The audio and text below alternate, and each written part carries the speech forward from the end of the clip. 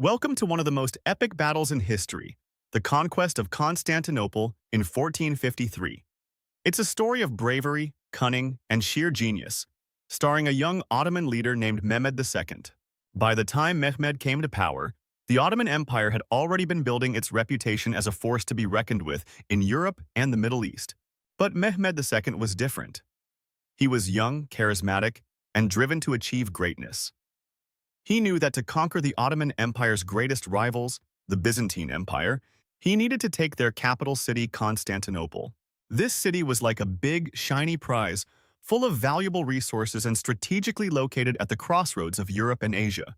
Constantinople was like a giant fortress, surrounded by massive walls and protected by a strong navy. The Byzantine Emperor, Constantine XI, was a seasoned leader, determined to defend his city against all odds. Mehmed II was not afraid, though.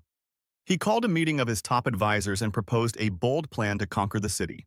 The plan was to attack the city in two places at once, from the land side and the water side. But the Byzantines were ready for them.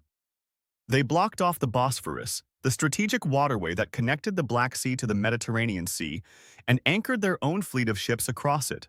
The Ottoman army, led by Mehmed II himself, arrived on April 6, 1453, just off the coast of Constantinople.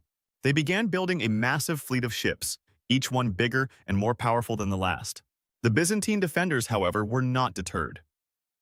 They launched a massive naval attack on the Ottoman fleet and managed to sink a few ships. But Mehmed II was not easily defeated.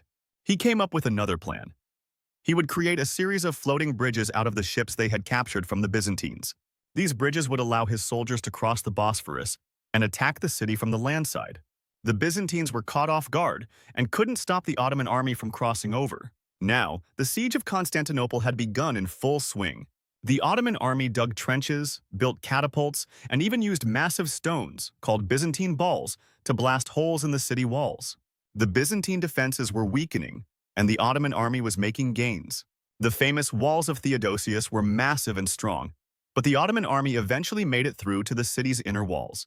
The battle was now on the streets themselves, with Ottoman soldiers and Byzantine defenders clashing in massive battles. The battle raged on for days, with neither side giving up. Mehmed II rode his horse through the streets, shouting for his soldiers to push forward. He even offered a deal to Constantine XI, surrender, and he would spare the city's inhabitants and let them keep their possessions. The emperor refused, saying that he would die in his city rather than surrender to the Ottoman Empire. On May 29, 1453, after 53 days of non-stop fighting, the Ottoman army finally captured a crucial gate in the city walls.